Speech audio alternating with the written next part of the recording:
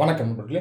UPSC civil services எக்ஸாமினேஷனுக்கு எப்படி நம்ம answer writing practice பண்ணுறது, இதுதான் இந்த வீடியோவில் நம்ம ஒரு டுட்டோரியலாக லேர்ன் பண்ண போகிறோம். நிறைய ஸ்டூடெண்ட்ஸ்க்கு இந்த ஆன்சர் ரைட்டிங்கில் ஒரு பெரிய டிஃபிகல்ட்டி இருக்கும். நிறைய பேர் நல்லா படிப்பாங்க, நிறைய ஃபேக்ட்ஸ் எடுப்பாங்க, ஆனால் அதை பேப்பரில் எழுத சொல்லும் பொழுது அவங்களுக்கு பிரச்சனை இருக்கும், அவங்களால டெலிவர் பண்ண முடியாது. ஆன்சர் ரைட்டிங் இதை நம்ம கண்டிப்பாக ரெகுலராக பண்ணணும். காரணம் என்னன்னா, இந்த எக்ஸாமினேஷனில் அல்டிமேட்டாக உங்களுடைய சக்ஸஸை நிர்ணயம் பண்ணுறது என்னன்னா, உங்களுடைய நாலேஜ் இது வெளிக்கொணர்ந்து வரப்படுவது எங்கன்னு பார்த்தீங்கன்னா இந்த ஆன்சரில் தான். அப்போ யூபிஎஸ்சி எக்ஸாம் நடத்துது, அந்த பேப்பரில் நீங்கள் எழுதக்கூடிய அந்த நாலேஜ் இருக்கு இல்லையா, நாலேஜ் கண்டென்ட், இதை வச்சு தான் உங்களுடைய சக்ஸஸ் டிசைட் ஆகும். அப்போ நீங்கள் படிச்சீங்கன்னா மட்டும் அது பத்தாது, நீங்கள் படிக்கிறத ப்ராப்பராக வெளியே கொண்டு வரணும், ரீப்ரொடியூஸ் பண்ணி கொண்டு வரணும். அந்த ரீப்ரொடக்ஷன் தான் நம்ம ஆன்சர் ரைட்டிங்காக பார்க்குறோம். அப்போ நீங்கள் ப்ரிப்ரேஷன் ஆரம்பித்ததுலேருந்து நீங்கள் ஆன்சர் ரைட்டிங்கை ரெகுலராக பண்ணணும். ப்ரிப்ரேஷன் ஆரம்பிக்கிற ஃபர்ஸ்ட் நாள்லேருந்து பண்ணலனா கூட குறைஞ்சது ஒரு 15 நாளுக்கு அப்புறம் நீங்கள் எப்பயுமே ஆன்சர் ரைட்டிங் ப்ராக்டிஸ்லேயே இருந்துட்டு இருக்கணும். ஸ்டூடெண்ட்ஸ்க்கு நான் கொடுத்துருக்கூடிய ப்ரிப்பரேஷன் பிளானில் டெய்லி ஆன்சர் ரைட்டிங் ப்ராக்டிஸ் செய்ய சொல்வேன். சரி, இப்போ இந்த ஆன்சர் ரைட்டிங் இதில் ஸ்டூடெண்ட்ஸ் ஃபாலோ பண்ண வேண்டிய முக்கியமான கைட்லைன்ஸ் இதை நான் சொல்கிறேன். நீங்கள் டெய்லி ஆன்சர் ரைட்டிங் ப்ராக்டிஸ் பண்ணணும். அதுக்கப்புறம் நீங்கள் என்ன பண்ணணும்னா, கொஞ்சம் கொஞ்சமாக ப்ரீவியஸ் இயர் கொஷின்ஸை சால்வ் பண்ணலாம். அப்போ ப்ரோக்ரஸ் எப்படி இருக்கணும்னா, ஃபர்ஸ்ட் டெய்லி ஆன்சர் ரைட்டிங்,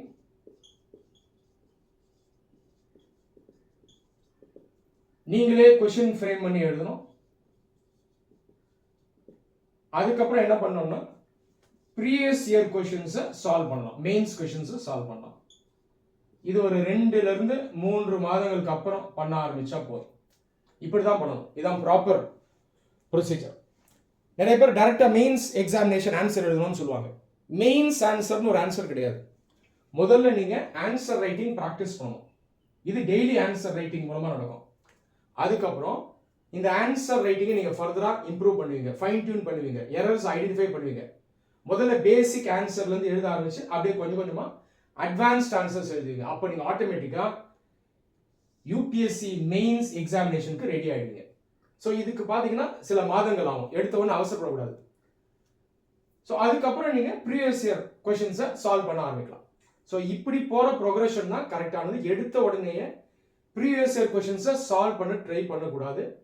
அதே போல் டைரெக்டாக இன்டர்நெட்ல இருந்து கஷ்டமான கேள்விகளை எடுக்கக்கூடாது. நிறைய ஸ்டூடெண்ட்ஸ் என்ன நினைக்கிறாங்கன்னா, இந்த டெய்லி ஆன்சர் ரைட்டிங் நான் ஏன் பண்ணணும் அப்படின்னு நினைப்பாங்க. நான் டைரெக்டாக ப்ரீவியஸ் இயர் கொஷின் எடுத்து சால்வ் பண்ணுறேன் அப்படின்னு நினைப்பாங்க. உண்மையை சொல்லணும்னா, அந்த டெய்லி ஆன்சர் ரைட்டிங் பண்ணுறத ஒரு கேவலமாகவே நினைப்பாங்க. நான் நிறைய ஸ்டூடெண்ட்ஸ் ஐடென்டிஃபை பண்ணியிருப்பேன், இது நான் ஏன் பண்ணணும் அப்படின்னு நினைப்பாங்க. நிறைய பேருக்கு பார்த்தீங்கன்னா அவங்களுடைய ஈகோ அலோவ் பண்ணாது. நான் ஐஏஎஸ் எக்ஸாம் படிக்கிறேன், நிறைய விஷயத்தை நீங்கள் படிச்சுட்டேன், 8 மணி நேரம் படிச்சுட்டேன், நான் ஏன் ஒரு கேள்வி எழுதி அன்னைக்கு ஆன்சர் பண்ணணும் அப்படின்னு நினைப்பாங்க. ஆனால் இதை பண்ணாதான் உங்களால் செலக்ட் ஆக முடியும். காரணம் என்னன்னா, நீங்கள் கரெக்டாக படிச்சிருக்கீங்களா இல்லையா அப்படிங்கிறது ஆன்சர் ரைட்டிங் பண்ணும் பொழுது தான் தெரியும். ஆன்சர் ரைட்டிங் ப்ரிலிம்ஸ் எக்ஸாமுக்கும் தேவை, மெயின்ஸ் எக்ஸாமுக்கும் தேவை. ஏன்னா ரெண்டுலேயும் பார்த்தீங்கன்னா நம்ம ஒரே நாலேஜ் தான் யூஸ் பண்ண போகிறோம், கொஷின்ஸ் தான் வேறு வேறு மாதிரி வரும். அதனால் கண்டிப்பாக ஆன்சர் ரைட்டிங் நீங்கள் டெய்லி பண்ணணும். அது இல்லாமல் நீங்கள் இந்த ஆன்சர் ரைட்டிங் பண்ணும்போது தான் அந்த மைண்டில் இருக்கக்கூடிய நாலேஜ் வந்து நேச்சுரலாக ஃப்ளோ ஆகி வெளியே வரும். இதான் நான் சொன்ன இந்த ரீப்ரொடக்ஷன் ப்ராசஸ். அப்போ நீங்கள் ஆன்சர் ரைட்டிங்கே பண்ணாமல் இருந்தீங்கன்னா, நீங்கள் அதுக்கப்புறம் ஒரு வேலை பண்ணலான்னு இருக்கீங்கன்னு வைங்க. உதாரணத்துக்கு ப்ரிலிம்ஸ் கிளியர் பண்ணிட்டு மெயின்ஸ் எக்ஸாம் எழுதும் பொழுது நான் ஆன்சர் ரைட்டிங் ப்ராக்டிஸ் பண்ணுறேன் அப்படின்னு டிசைட் பண்ணி வச்சுருந்தீங்கன்னா, அந்த டைமில் உங்களுக்கு சிக்கல் இருக்கும். மைண்டில் நாலேஜ் இருக்கும், ஆனால் அந்த கேள்விகளை கரெக்டாக புரிஞ்சு உங்களால் எழுத முடியாமல் போயிடும். அந்த ஃப்ளோ இருக்காது, அப்ளிகேஷன் இருக்காது. இதனால தான் நிறைய கேண்டிடேட்ஸ் பார்த்தீங்கன்னா நிறைய முறை மெயின்ஸ் எக்ஸாமினேஷன் எழுதுவாங்க, அதுக்கப்புறம் தான் அவங்க இன்டர்வியூக்கு போவாங்க அல்லது அல்டிமேட்டாக செலக்ட் ஆவாங்க. நம்ம டைரெக்டாக அட்வான்ஸ்ட் கொஷின் எழுதுறோம்னா நம்மளை அறியாமலே என்ன பண்ணுவோம்னா, அட்வான்ஸ்ட் பாயிண்ட்டை மட்டும் எழுதுவோம், ஆனால் பேசிக் பாயிண்ட்ஸை டச் பண்ணாமல் போயிடுவோம். ஒரு ப்ராப்பரான ஃப்ளோ இருக்காது. கான்செப்ஷுவல் நாலேஜ் உள்ள இருக்காது, அனாலிட்டிக்கல் நாலேஜ் உள்ள இருக்காது. அதிகமாக ஃபேக்ட்ஸ் அண்ட் ஃபிகர்ஸை மட்டும் எழுதி வச்சிருப்போம், கரண்ட் அஃபேர்ஸ் நிறைய கொடுப்போம். இதனால நம்முடைய ஸ்கோர் கம்மியாயிடும். இந்த மிஸ்டேக் நிறைய பேர் பண்ணுவாங்க. அதெல்லாம் முதல்ல டெய்லி ஆன்சர் ரைட்டிங் ஆரம்பிச்சு அதுக்கப்புறம் ப்ரீவியஸ் இயர் கொஷின்ஸை நீங்கள் சால்வ் பண்ணணும்.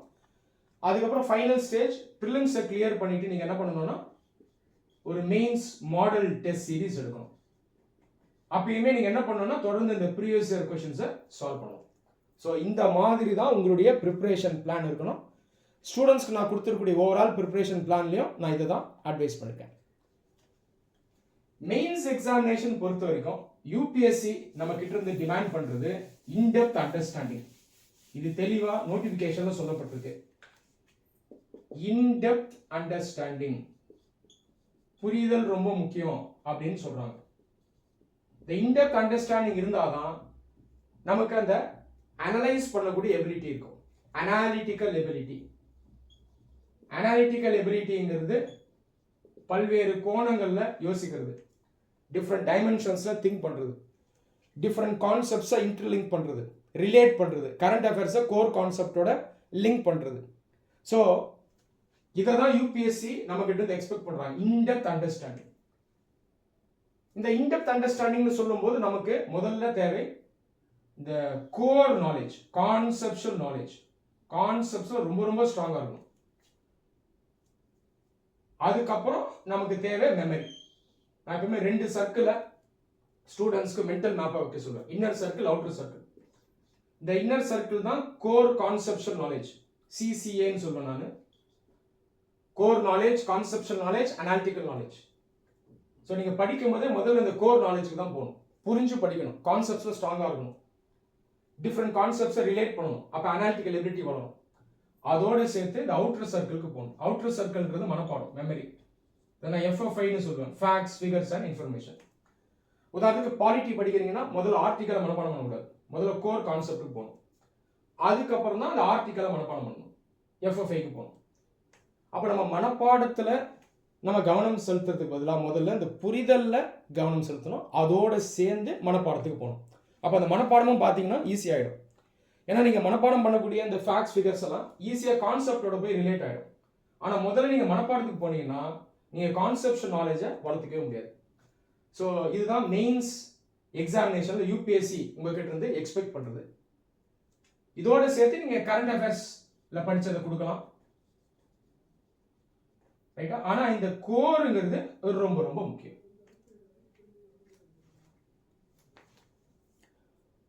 நிறைய ஸ்டூடெண்ட்ஸ் ஆன்சர் ரைட்டிங் ஸ்டார்ட் பண்ணும்போது ஒரு பிரமாதமான ஆன்சர் எழுதணும், பெஸ்ட் ஆன்சர் எழுதணும் அப்படின்னு நினைப்பாங்க. இது முற்றிலும் தவறு. யாராலையும் முதல்லயே ஒரு பெஸ்ட் ஆன்சர் எழுத முடியாது. யூபிஎஸ்சி நம்ம கிட்ட எக்ஸ்பெக்ட் பண்றது ரெலவன்ஸ் தான் எக்ஸ்பெக்ட் பண்றாங்க. ஒரு கேள்வி இருக்குன்னா அந்த கேள்விக்கு ரெலவெண்டா கண்டென்ட்டை கொடுக்க சொல்றாங்க, சம்பந்தமா தான் நீங்க எழுதணும். புரியுதா? ஒரு பாயிண்ட் கூட சம்பந்தம் இல்லாம இருக்கக்கூடாது. You should not right even a single point in the answer which is irrelevant to the question. அதே நேரத்தில் முடிஞ்ச வரைக்கும் ரெலவெண்டா நிறைய பாயிண்ட் தரணும். கேள்வியை படிச்சு புரிஞ்சுக்கிட்டு ரெலவெண்டா நிறைய பாயிண்ட் தரணும். irrelevant ஒரு பாயிண்ட் கூட கொடுக்க கூடாது. ரைட்டுங்களா? நம்ம முதல்ல ஆன்சர் ரைட்டிங் ப்ராக்டிஸ் பண்ணும்போது ஸ்ட்ரெஸ் ஆகாம நம்ம எழுதணும். டைமை மனசில் வைக்க வேண்டாம். முதல்ல கொஞ்சம் டைம் அதிகம் ஆனாலும் பரவாயில்ல, வேர்ட் லிமிட்டை மைண்டில் வைக்க வேணாம். கொஷினை கரெக்டாக புரிஞ்சுக்கிட்டு அதுக்கு ரெலவெண்ட்டான கண்டென்ட்டை கொடுக்க பார்க்கணும். இந்த கைட்லைனை வச்சு இன்னர் சர்க்கிள், அவுட்டர் சர்க்கிள் இதை தான் பண்ணணும். நிறைய ஸ்டூடெண்ட்ஸ் பார்த்தீங்கன்னா இதை விட்டுட்டு எடுத்த உடனே வேர்ட் லிமிட்டை மைண்டில் வச்சுக்கிட்டு ஸ்டாப் வாட்சை வச்சுக்கிட்டு 7 நிமிஷத்தில் எழுதணும், 8 நிமிஷத்தில் எழுதணும்னு அவங்க எழுதுவாங்க. கடைசி வரைக்கும் அவங்களால கரெக்டான ஆன்சரை எழுத முடியாது. புரியுதா?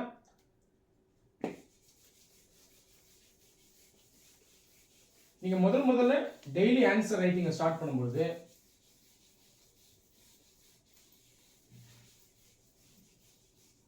ஒரு 10லிருந்து 20 நிமிடம் ஒரு நாளைக்கு ஒதுக்கணும். ப்ரிப்பரேஷன் பிளான்ல நான் தான் சொல்லியிருக்கேன். உதாரணத்துக்கு காலையில் நீங்கள் ஒரு பாடத்தை படிக்கிறீங்கன்னு வைங்க. உதாரணத்துக்கு பாலிட்டி 2 மணி நேரம் படிக்கிறீங்கன்னா அன்றைக்கி ஈவினிங் பாலிட்டியில் நீங்களாகவே ஒரு கேள்வி ஃப்ரேம் பண்ணி ஆன்சர் பண்ணணும். அது எப்படி பண்ணுறது அப்படிங்கிறத நான் அடுத்தது டீட்டெயிலாக எக்ஸ்பிளைன் பண்ணுறேன். ஆன்சர் ரைட்டிங் பார்த்தீங்கன்னா ஆர்டிஃபிஷியலாக இருக்கக்கூடாது. உதாரணத்துக்கு இன்னைக்கு காலையில் நீங்கள் பாலிட்டி சப்ஜெக்டில் ஒரு லெசனை படிக்கிறீங்கன்னு வைங்களேன். உதாரணத்துக்கு சுப்ரீம் கோர்ட்டை பற்றி காலையில் படிக்கிறீங்கன்னு வைங்க.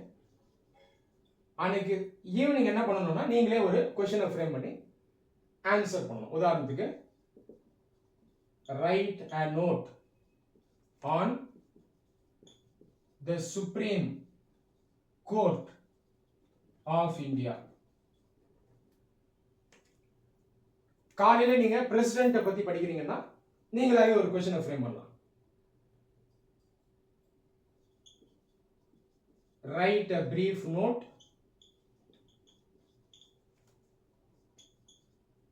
on the President of India.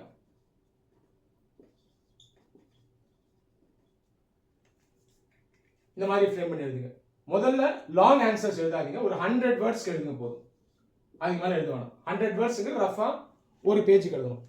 இப்போ இருந்து நீங்கள் என்ன பண்ணணும்னா ஆன்சர் எழுதும் போதும் சரி, நோட்ஸ் எடுக்கும் போதும் சரி, ஒரு பேஜில் அப்ராக்சிமேட்டாக ஒரு 100 வார்த்தை வர மாதிரி நீங்கள் எழுதி ப்ராக்டிஸ் பண்ணணும்.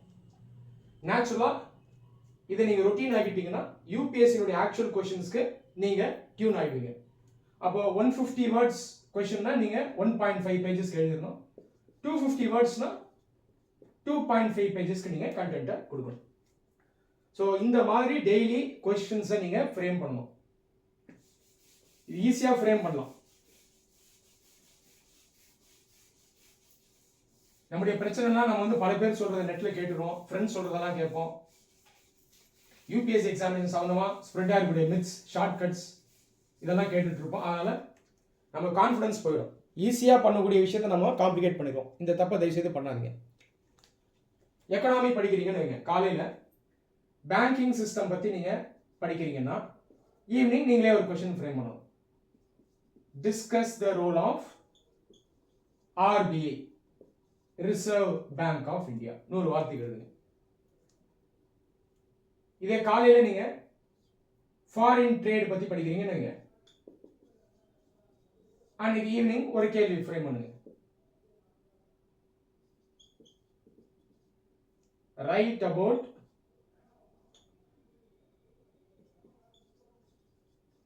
the concept of balance of payment.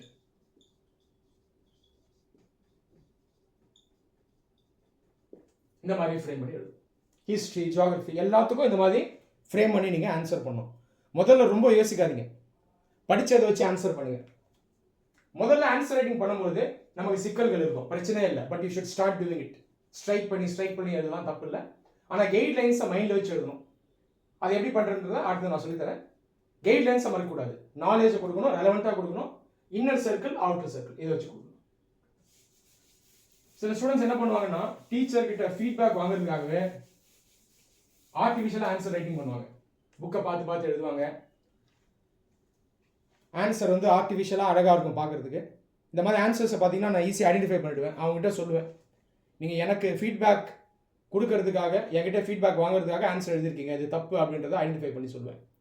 அவள் படிக்கணும், கரெக்டாக படிக்கணும். கரெக்டாக படித்ததை வச்சு நமக்கு என்ன வருதோ அதை ஆன்சராக எழுதணும். நாட்கள் ஆக ஆக ஆக நம்முடைய ஆன்சர்ஸில் இம்ப்ரூவ்மெண்ட் இருக்கும். உடனடியாக யாருக்குமே இம்ப்ரூவ்மெண்ட் இருக்காது. அதனால் காமாக இருங்க, பயப்படாதீங்க.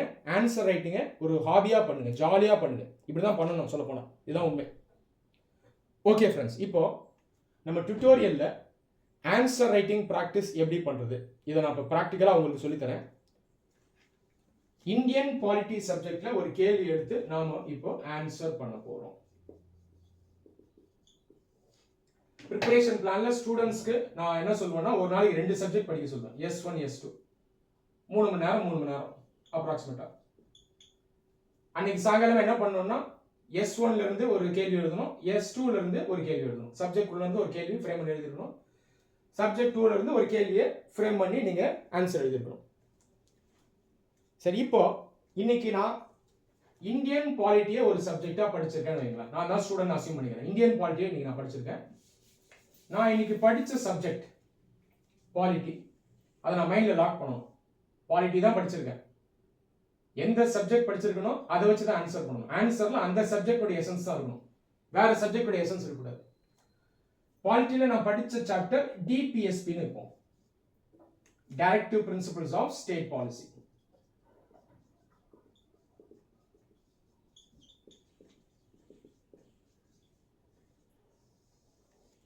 அப்போ இன்னைக்கு நான் லக்ஷ்மிகாந்த் புக்லையோ அல்லது வேறு ஏதோ ஒரு புக்லையோ பாலிட்டி சப்ஜெக்ட் படிச்சிருக்கேன். என்ன படிச்சிருக்கேன்? Directive principles of state policy பாடத்தை நான் படிச்சிட்டேன். நான் படித்தா மட்டும் போதுமா? போதாது. ஆன்சர் ரைட்டிங் பண்ணணும், கண்டிப்பாக பண்ணணும். அப்போ ஈவினிங் நான் என்ன பண்ணுறேன்? ஆன்சர் ரைட்டிங் பண்ணுறேன். பயப்படாமல், குழப்பம் இல்லாமல், மற்றவங்க சொல்கிறதெல்லாம் கேட்காம என் மேலே நம்பிக்கை வச்சு நான் ஆன்சர் பண்ணணும் இல்லையா? கைட்லைன்ஸை நான் ஏற்கனவே சொல்லிட்டேன். ஓகே, ஆன்சர் பண்ணலாமா? கொஷின் ஃப்ரேம் பண்ண முடியல, கஷ்டமாக இருக்குது, பயமாக இருக்குது, இதெல்லாம் பேசக்கூடாது. கண்டிப்பாக கொஷினை நீங்கள் ஈஸியாக ஃப்ரேம் பண்ணலாம். ஸோ பண்ணுவோமா? நீங்கள் டிபிஎஸ்பி படிச்சுட்டேன். அப்போ நான் கொஷின் என்ன ஃப்ரேம் பண்ணுறேன்? What is DPSP? ஷார்ட்டாக நான் எழுதியிருக்கேன். Discuss the significance of DPSP. முதல்ல வேர்ட் லிமிட், பேஜ் இதெல்லாம் பற்றி ஒரி பண்ணக்கூடாது. படித்ததை பேப்பரில் எழுத பார்க்கணும். இதுவே நமக்கு ஒரு பெரிய சேலஞ்சாக இருக்கும். அதனால் கண்டென்ட்டு முக்கியம்.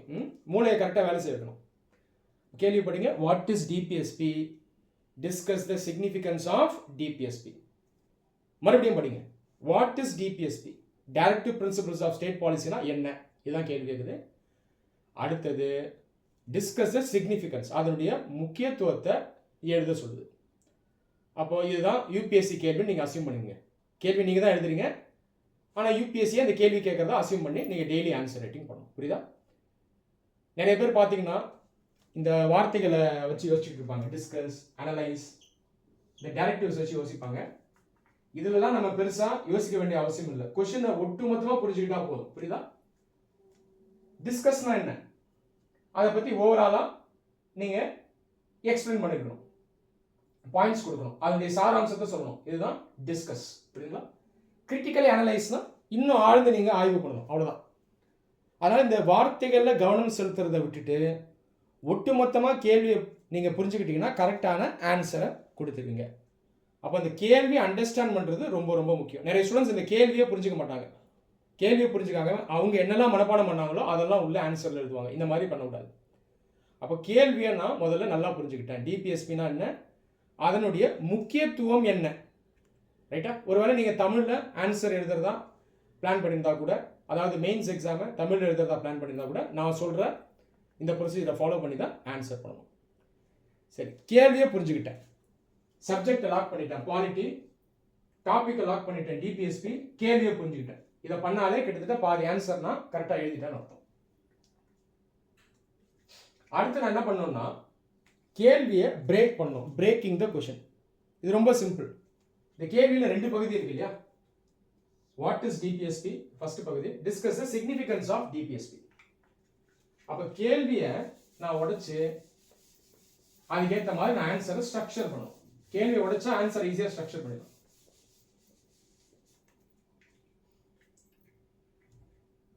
நீங்க என்ன பண்ணுங்க, முதல்ல ஆன்சர் ரைட்டிங் ஸ்டார்ட் பண்ணும்போது ரஃப் ஒர்க்ல ஆன்சர் ஸ்ட்ரக்சர் பண்ணுங்க. ஸ்ட்ரக்சர்ன்றது ஹெட்டிங் சப் ஹெட்டிங் கொடுக்கறது தான் ஸ்ட்ரக்சர். இப்போ ஃபர்ஸ்ட் பகுதி வாட் இஸ் டிபிஎஸ்பி.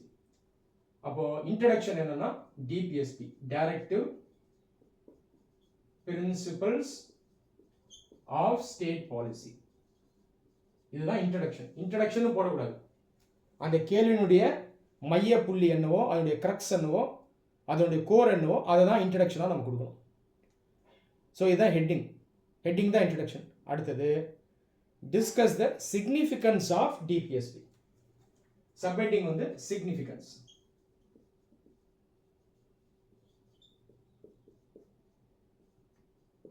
புரியுதா? கடைசியா கன்க்ளூஷன் கீழே தரலாம், அது அப்புறம் நான் சொல்றேன். எடுத்தவொடனே கன்க்ளூஷன் பத்தி யோசிக்காதீங்க. அப்போ கொஸ்டின் அந்த மாதிரி பிரேக் பண்ணிட்டு ஆன்சரை ஸ்ட்ரக்சர் பண்ணி வச்சுக்கணும். அதுக்கப்புறம் தான் நம்ம ஆன்சர் எழுத ஆரம்பிக்கணும். ரைட்டா? முதல்ல வேர்ட் லிமிட் பத்தி யோசிக்காதீங்க. எவ்வளோ எழுத முடியுதோ எழுதுங்க. அப்ராக்சிமேட்டாக ஒரு 100 வேர்ட்ஸ்க்கு எழுதுங்க. தேவைப்பட்ட 100 வேர்ட்ஸையும் தாண்டி போட்டோம், ஒரு 1.5 பேஜ் கூட போட்டோம், அதாவது ஒரு 150 வேர்ட்ஸ் வரைக்கும் கூட போட்டோம். கண்டென்ட்டை கொடுக்க பாருங்க. படிச்சதை கரெக்டாக பேப்பரில் கொண்டு வர முடியுதா, கம்ஃபர்டபுளாக கொண்டு வர முடியுதா அப்படின்றத பாருங்க. சரி, இப்போ நம்ம அந்த கண்டென்ட்டை கொண்டு வரலாம். கேள்வியை மறந்துடக்கூடாது. What is DPSP, discuss the significance of DPSP. சரி, இப்போ நம்ம ஆக்சுவல் ஆன்சர் ரைட்டிங் பண்ணுவோம். நீங்க காலையில டிபிஎஸ்பி லேர்ன் பண்ணிருக்கீங்க இல்லையா? டிபிஎஸ்பி என்ன படிச்சிருப்பீங்க? DPSP feature of Indian constitution. DPSP called as novel features by doctor Ambedkar. DPSP and fundamental rights called the soul of the Indian constitution. இதெல்லாம் கான்செப்ட்ஸ் வருது. அதோட சேர்ந்து அவுட்டர் சர்க்கிளும் படிச்சிருப்பீங்க இல்லையா? ஃபேக்ட்ஸ் இதெல்லாம் படிச்சு, டேட்டா இன்ஃபர்மேஷன்லாம் படிச்சிருப்பீங்க. ஆர்டிகல் 36 to 51 நினைக்கிறேன், பார்ட் 4 ஆஃப் இந்தியன் கான்ஸ்டிடியூஷன். அது இல்லாமல் டிபிஎஸ்பிக்குள்ளே வர சில முக்கியமான ஆர்டிகல்ஸை படிச்சிருப்பீங்க. 48A, 47, 40, 46, 44 இதெல்லாம் படிச்சிருப்பீங்க.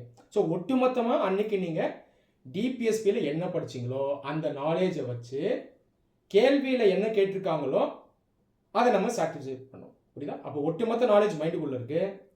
அந்த ஒட்டுமொத்த நாலேஜை வச்சு கேள்வியில் என்ன கேட்டிருக்காங்களோ அதுக்கு தேவையானது இறக்கணும். ஒட்டுமொத்த நாலேஜ் அப்படியே இருக்கணும்னு அவசியம் இல்லை.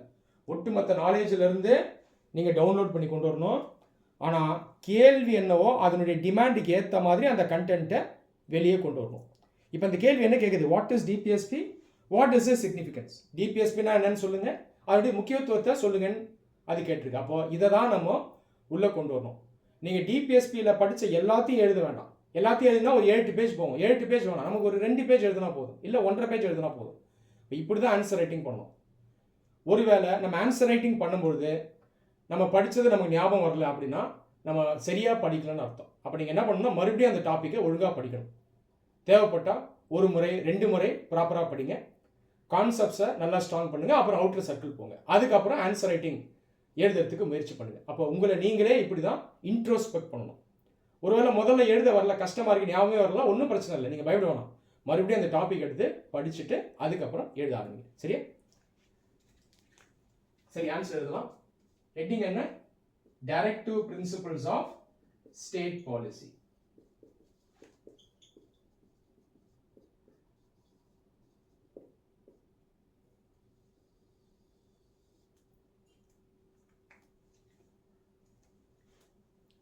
இதுதான் இன்ட்ரடக்ஷன் இல்லையா? இன்ட்ரடக்ஷனில் எப்பயுமே அந்த கேள்வியினுடைய மைய புள்ளி இருக்கு இல்லையா, கோர். இதனுடைய கோர் என்ன? டிபிஎஸ்பி தான் கோர். இதில் நீங்கள் படித்ததை ப்ரீஃபாக கொடுக்கணும், டீட்டெயிலாக கொடுக்கக்கூடாது. கான்செப்ட்ஸ்லாம் எழுதணும், ப்ரீஃபாக கொடுக்கணும். முக்கியமான பாயிண்ட்ஸை அதில் நீங்கள் கொண்டு வரணும். அதனுடைய சாராம்சத்தை நீங்கள் சிம்பிளாக ப்ரீஃபாக இந்த இன்ட்ரடக்ஷனில் கொண்டு வரணும். இன்ட்ரடக்ஷனை முடிஞ்ச வரைக்கும், அதாவது ஹெட்டிங்கை முடிஞ்ச வரைக்கும் பாயிண்ட்ஸ் ஃபார்மேட்டில் எழுதாதீங்க. 1, 2, 3 போட்டோ புல்லட் பாயிண்ட் போட்டு எழுதாதீங்க. முடிஞ்ச வரைக்கும் பேராகிராஃபில் எழுதுங்க. தேவைப்பட்ட அந்த பேராகிராஃபை 2ஆக கூட உடச்சிக்கலாம். பாடி ஆஃப் தி ஆன்சர் பார்த்தீங்கன்னா கண்டென்ட்டுக்கு ஏற்ற மாதிரி நீங்கள் கொடுக்கலாம். தேவைப்பட்டால் பேராகிராஃபாக எழுதலாம், அல்லது நீங்கள் லிஸ்ட் பண்ணி கொடுக்கலாம். அதாவது புல்லட் பாயிண்ட்ஸோ இல்லை நம்பரிங் வச்சு கொடுக்கலாம். Directive principles of state policy எழுதுங்க. DPSP is an important feature of the Indian Constitution. கரெக்டா இல்லையா? டைரக்டிவ் பிரின்சிபல் ஆஃப் ஸ்டேட் பாலிசிங்கிறது இந்திய அரசியலமைப்பில் ஒரு முக்கியமான அங்கம். எவ்வளோ சிம்பிளான இங்கிலீஷில் எழுதிருக்கேன் பாருங்கள். சிம்பிளான இங்கிலீஷில் எழுதினா போதும், உடச்சு எழுதணும். முடிஞ்ச வரைக்கும் நிறைய ரெலவெண்ட்டான பாயிண்ட் கொடுக்கணும். அப்போ தான் மேக்ஸிமம் ஸ்கோர் பண்ண முடியும். மேற்கொண்டு போங்க. டிபிஎஸ்பி ஃபர்ஸ்ட் எழுதும்போது ஃபுல் ஃபார்ம்ல எழுதணும், அப்புறம் நீங்க ஷார்ட் ஃபார்ம்ல எழுதலாம், அப்ரிவேஷன் எழுதலாம். DPSP is mentioned under part 4 of Indian Constitution. இது மெமரி அவுட்டர் சர்க்கிள் இல்லையா? ஃபேக்ட் கொடுக்குறீங்க. பார்ட் 4ல இருக்கு. Articles 36 to 51. ஸோ கான்செப்ட் கொடுக்குறோம், அதோட சேர்த்து இந்த ஃபேக்ட்ஸ் அண்ட் ஃபிகர்ஸையும் கொடுத்துறோம். அப்புறம் மேற்கொண்டு நான் போறேன். DPSP envisaged by our constitution makers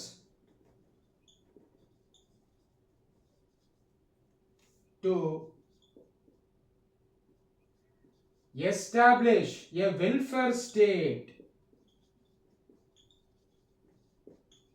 இந்த முக்கியமான பாயிண்ட்ஸ் அண்டர்லைன் பண்ணலாம். Welfare state. DPSP envisaged by our constitution maker. கான்ஸ்டிடியூஷனை உருவாக்கின நம்முடைய லீடர்ஸ் என்ன பண்றாங்க?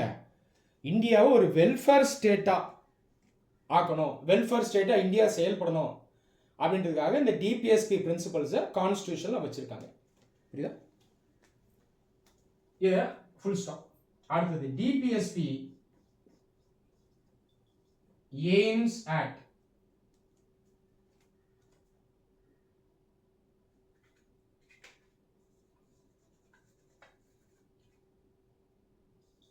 social and economic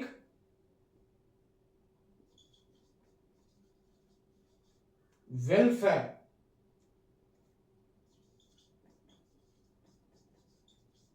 of the people. தேவைப்பட்டா நீங்க இன்னுமே சிம்பிளா எழுதலாம். டிபிஎஸ்பி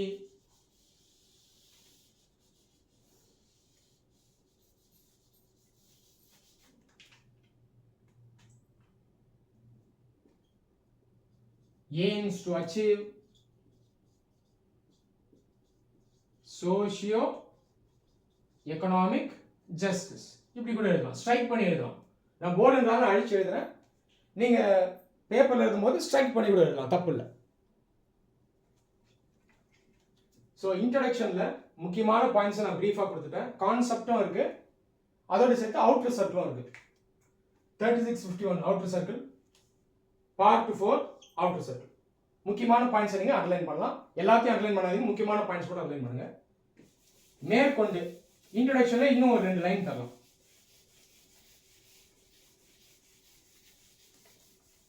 இங்க பாருங்க, இப்போ நான் ரொம்ப உள்ள போல, ஆனால் பிரீஃபா சொல்றேன், முக்கியமான பாயிண்ட்ஸை மேலோட்டமாக சொல்றேன். இன்ட்ரோடக்ஷன்ல DPSP described as novel features by Dr. Ambedkar.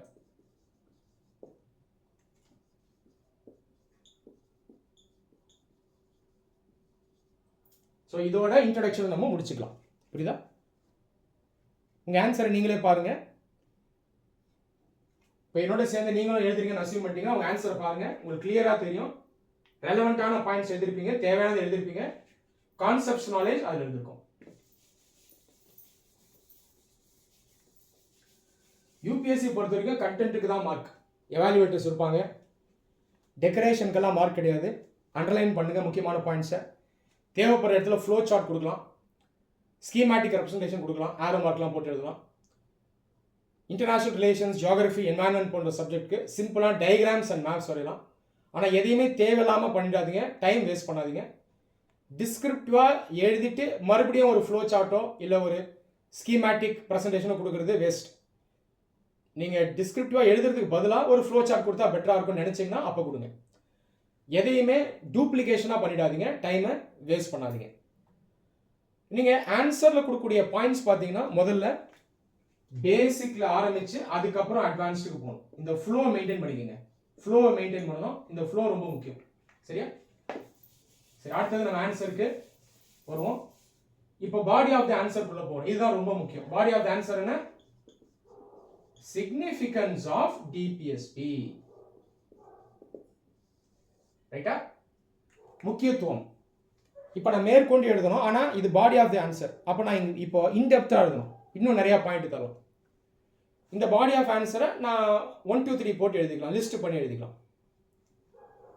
தேவைப்பட்ட பேராகிராஃபும் எழுதலாம். ஆனால் இதில் நிறையா பாயிண்ட் கொடுக்க போகிறதுனால நான் லிஸ்ட் பண்ணி எழுதலாம். நிறையா பாயிண்ட் எழுதுறேன், ஆனால் ஒரு பாயிண்ட்டும் பார்த்தீங்கன்னா ரொம்ப லென்த்தியாக இல்லை, அதனால நான் அதை லிஸ்ட் பண்ணி எழுதலாம். சரி, சிக்னிஃபிகன்ஸ், முக்கியத்துவம் என்ன எழுதுவோம்? நீங்க என்ன படிச்சீங்களோ அதான் எழுதணும். DPSP provides an obligation to the state to take care of the citizens. இல்லையா? அப்போ என்ன படிச்சிருக்கீங்க காலையில்? டிபிஎஸ்பி ஸ்டேட்டுக்கு கைட்லைன்ஸ் தருது. ஸ்டேட்டுங்கிறது இங்கே நாடு, அரசு. நாட்டில் வாழ்கிற மக்களுக்கு அரசு பொறுப்பேற்கணும். இதை வந்து ஒரு ஆப்ளிகேஷனாக கொடுக்குது இல்லையா?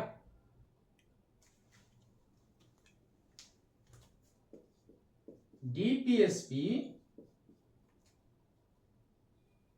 imposes a duty on the state to follow ideals like equality, justice, welfare, liberty in framing laws and policies. அப்படின்னா என்ன அர்த்தம்? அரசு எப்பெல்லாம் சட்டங்களையும் கொள்கைகளையும் கொண்டு வருதோ அப்பெல்லாம் சில முக்கியமான வேல்யூஸை மைண்டில் இருக்கணும். அது என்னன்னு பார்த்தீங்கன்னா ஈக்குவாலிட்டி, ஜஸ்டிஸ், லிபர்ட்டி, வெல்ஃபேர், இதெல்லாம். இதையும் டிபிஎஸ்பி சொல்லுது. இதெல்லாம் எதுக்கு எழுதணும்? சிக்னிஃபிகன்ஸில் எழுதணும். சிம்பிளான எக்ஸாம்பிள் இங்கிலீஷில் எழுதுங்க. அடுத்த point,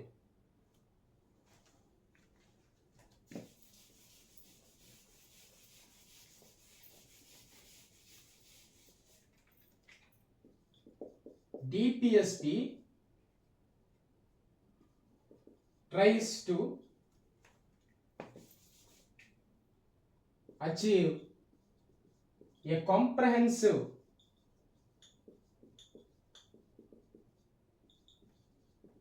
social, economic and political program. DPSP என்ன பண்ண நினைக்குது? நாட்டில் சமூக ரீதியாகவும் பொருளாதார ரீதியாகவும் அரசியல் ரீதியாகவும் ஒரு ஒட்டுமொத்தமான ஒரு ப்ரோக்ராம், ஒரு ஃப்ரேம் ஒர்க்கை கொண்டு வர நினைக்குது இல்லையா? இது அடுத்த பாயிண்ட். மேற்கொண்டு போங்க. 4வது point, DPSP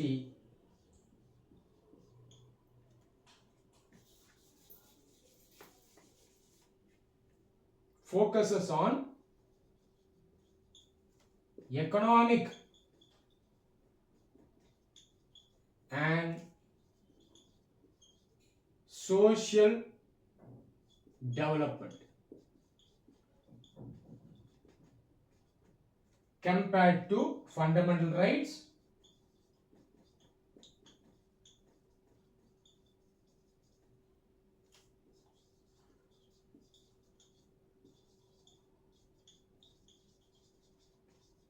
which focuses on political empowerment. 4வது பாயிண்ட் முக்கியமான பாயிண்ட். இது ஃபண்டமெண்டல் ரைட்ஸ்க்கும் டிபிஎஸ்பிக்கும் இருக்கக்கூடிய வித்தியாசம். ஃபண்டமெண்டல் ரைட்ஸ் பார்த்தீங்கன்னா பொலிட்டிக்கல் இன் நேச்சர், அரசியல் சார்ந்தது. ஆனால் டிபிஎஸ்பி பார்த்தீங்கன்னா சமூகம், பொருளாதாரம் சார்ந்தது. இது 4வது பாயிண்ட் எழுதுங்க. நெக்ஸ்ட் பாயிண்ட், கான்செப்ட்ஸை கொஞ்சம் ஸ்ட்ராங்காக கொடுத்ததுக்கு அப்புறம் நீங்க கொஞ்சம் அவுட்டர் சர்க்கிள் சில ஃபேக்ட்ஸ் தரலாம். 5வது பாயிண்ட் போங்க. Unlike fundamental rights, DPSP is not justiciable. Fundamental rights ஒரு மனிதனுக்கு பறி போகுதுன்னா அதை அவர் வந்து நீதிமன்றத்துக்கு சென்று நிலைநாட்டலாம். இதுதான் ஜஸ்டிஷபிள். அண்டர்லைன் பண்ணுங்க. ஆனால் டிபிஎஸ்பி அப்படி பண்ண முடியாது. டிபிஎஸ்பி இம்ப்ளிமெண்ட் பண்ணலன்னு சொல்லி நம்ம கோர்ட்டுக்கு போய் அப்ரோச் பண்ணி நம்ம கேஸ் போட முடியாது. அடுத்து இம்பார்ட்டன்ட் ஆர்டிகல்ஸ், இதை கொஞ்சம் மென்ஷன் பண்ணுங்க. இது அவுட்டர் சர்க்கிள் வரும். உதாரணத்துக்கு ஆர்டிகல் 40 அண்டர்லைன் பண்ணுங்க. Article 40 village panchayat, development of village panchayat.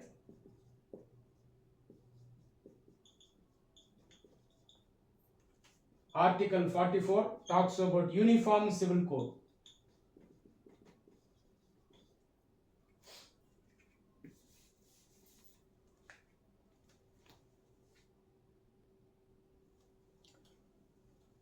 Article 46 வந்து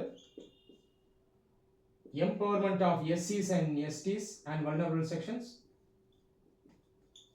Empowerment of SCs, STs. Article 47, improving the nutritional standard of people.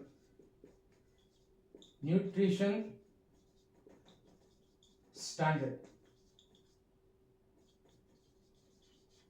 Food security, nutrition இதெல்லாம் ஆர்டிகல் 47 வரும். எல்லா ஆர்டிகல்ஸும் எழுத வேணாம், தேவையில்லை. ஒரு 3-4 ஆர்டிகல்ஸ் எழுதினா போதும். நான் ஒரு 4 ஆர்டிகல்ஸ் எழுதிருக்கேன், இது போதும். அடுத்தது நீங்க கரண்ட் அஃபேர்ஸை கொஞ்சம் உள்ள கொண்டு வரலாம். ஆன்சர் ரைட்டிங் ஸ்டார்ட் பண்ணி கொஞ்சம் நாள் ஆனதுக்கு அப்புறம் நீங்க கரண்ட் அஃபேர்ஸ்ல படிக்கிறத இந்த சப்ஜெக்ட் கோரோட அசோசியேட் பண்ணி எடுக்கலாம். உதாரணத்துக்கு ரீசன்ட் எக்ஸாம்பிள்ஸ் நீங்க தரலாம். Recent examples for implementation of DPSP. உதாரணத்துக்கு டிரான்ஸ்ஜெண்டர் ப்ரொடெக்ஷன் ஆக்ட் 2019ல வந்துச்சு. இது nothing but implementation of DPSP. டிபிஎஸ்பியில் சொல்லியிருக்க டியூட்டிஸை மைண்டில் வச்சு கவர்மெண்ட் ஆஃப் இந்தியா டிரான்ஸ்ஜெண்டர்ஸ்னுடைய நலனுக்கு ஒரு சட்டத்தை கொண்டு வந்தாங்க 2019ல. இது nothing but implementation of DPSP. டிபிஎஸ்பியில் கொடுத்துருக்க பிரின்சிபல்ஸை அரசு சட்டமாக கொண்டு வரலாம், அந்த பிரின்சிபல்ஸை கொண்டு வரலாம். ஆனால் அது கம்பல்சரி கிடையாது, அதனால தான் அது வந்து நாட் ஜஸ்டிஃபபிள். இன்னொரு எக்ஸாம்பிள் கொடுங்க, ஹெல்த் கேர். ஸோ இது பார்த்தீங்கன்னா ஆர்டிகல் 46 வெளிப்பாடு. Vulnerable sections, transgender vulnerable section. Article 46 மைண்டில் வச்சு மதிப்பு கொடுத்து இந்த ஆக்ட் 2019ல கவர்மெண்ட் கொண்டு வந்துச்சு. எஸ்சி எஸ்டி டிரான்ஸ்ஜெண்டர்ஸ் இவங்கெல்லாம் வீக்கர் செக்ஷன், வல்னரபிள் செக்ஷன். இன்னொரு எக்ஸாம்பிள் கொடுங்க, முடிஞ்ச வரைக்கும் எக்ஸாம்பிள் கொடுங்க, ஒன்று போதும். ஒருவேளை இன்னொரு எக்ஸாம்பிள் எழுத முடிஞ்சா எழுதுங்க. உதாரணத்துக்கு ஆயுஷ்மான் பாரத். ஆயுஷ்மான் பாரத்ங்கிறது ஹெல்த் கேர், ஆரோக்கியம், உடல் நலத்துக்கு கொண்டு வரப்பட்ட ஸ்கீம். அது ஹெல்த் கேர். இது எதை ஃபாலோ பண்ணி கொண்டு வரப்பட்டதுன்னா ஆர்டிகல் 47 அனலைன் பண்ணுங்க. இந்த மாதிரி எக்ஸாம்பிள் கொடுங்க. நிறைய கரண்ட் அஃபேர்ஸில் மனப்பாடம் பண்ணதை கொண்டு வரக்கூடாது, லிமிட்டடாக கொண்டு வந்து எழுதினா போதும். பட் அது வந்து ரெலவெண்ட்டாக இருக்கணும்.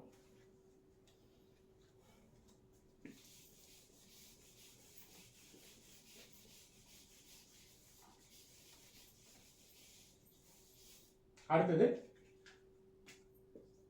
டிபிஎஸ்பி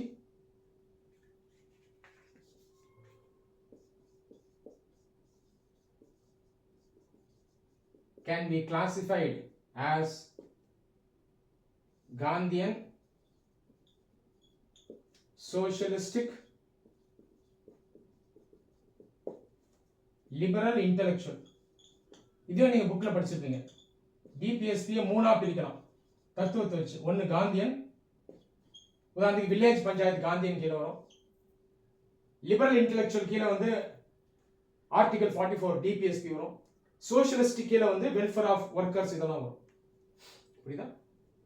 ஸோ முக்கியமான பாயிண்ட்ஸ் கொடுத்துட்டீங்க. நான் 7 பாயிண்ட் எழுதியிருக்கேன். நீங்கள் குறைஞ்சது ஒரு 5 பாயிண்ட் கொடுக்கணும். ஒரு நல்ல ஸ்கோர் வரணும், மேக்ஸிமம் ஸ்கோர் வரணும். ஒரு 4-5 பாயிண்ட் கொடுக்கணும். எடுத்த உடனே நிறைய பாயிண்ட்ஸ் கொடுக்கணும் அவசியம் இல்லை. முடிஞ்ச வரைக்கும் நீங்கள் படித்ததில் எதெல்லாம் ஞாபகம் வருதோ அதை எழுதிருக்கணும்.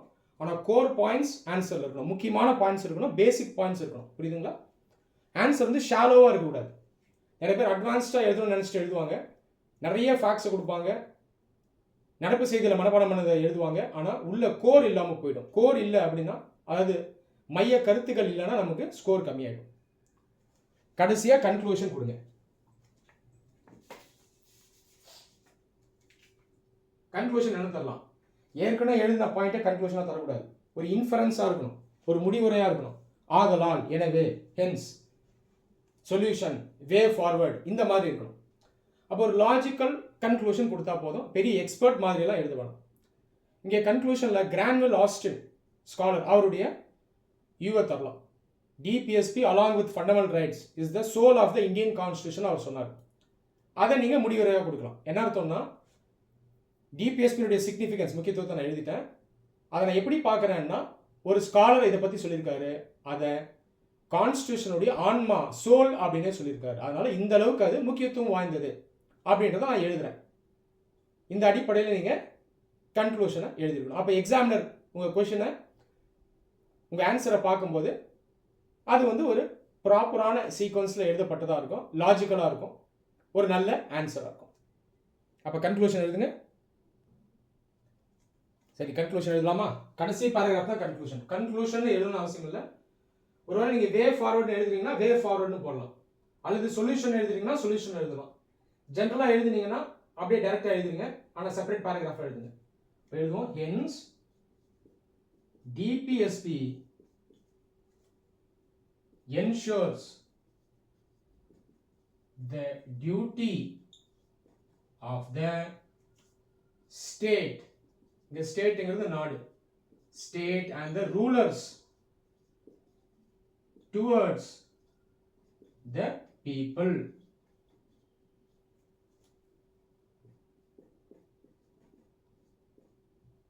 It enriches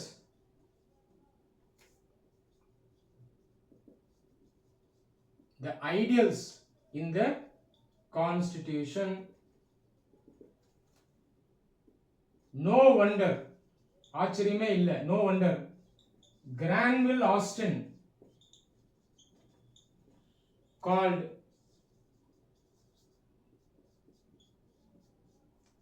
DPSP the conscience of the constitution along with fundamental rights. அதே எழுதுங்க லாஸ்ட்டாக. called DPSP along with fundamental rights as conscience, underline பண்ணுங்க, conscience of the constitution. So answer எழுதி முடிச்சிட்டோம். இந்த மாதிரி தான் நீங்கள் ஆன்சர் எழுதணும். இப்போ எதிர்க்கூடிய ஆன்சரை நீங்களே படிங்க, உங்களுக்கே தெரியும். கொடுத்துருக்க பாயிண்ட்ஸ் எல்லாம் ரிச்சாக இருக்கும், ரெலவெண்ட்டாக இருக்கும், சப்ஸ்டான்ஷியலாக இருக்கும். இப்போ எனக்கு எக்ஸ்பீரியன்ஸ் இருக்கிறதுனால இந்த ஆன்சர் நான் ஈஸியாக எழுதிட்டேன். நீங்கள் ஃபஸ்ட் டைம் ஆரம்பிக்கிறவராக இருந்தால் கண்டிப்பாக உங்களுக்கு கொஞ்சம் டிஃபிகல்ட்டி இருக்கும், பயப்படாதீங்க. நான் சொன்ன கைட்லைன்ஸை மனசில் வச்சுட்டு ப்ராக்டிஸ் பண்ண ஆரம்பிங்க. நீங்களும் கண்டிப்பாக ஆன்சர் ரைட்டிங்கை மாஸ்டர் பண்ணிடுவீங்க. நன்றி.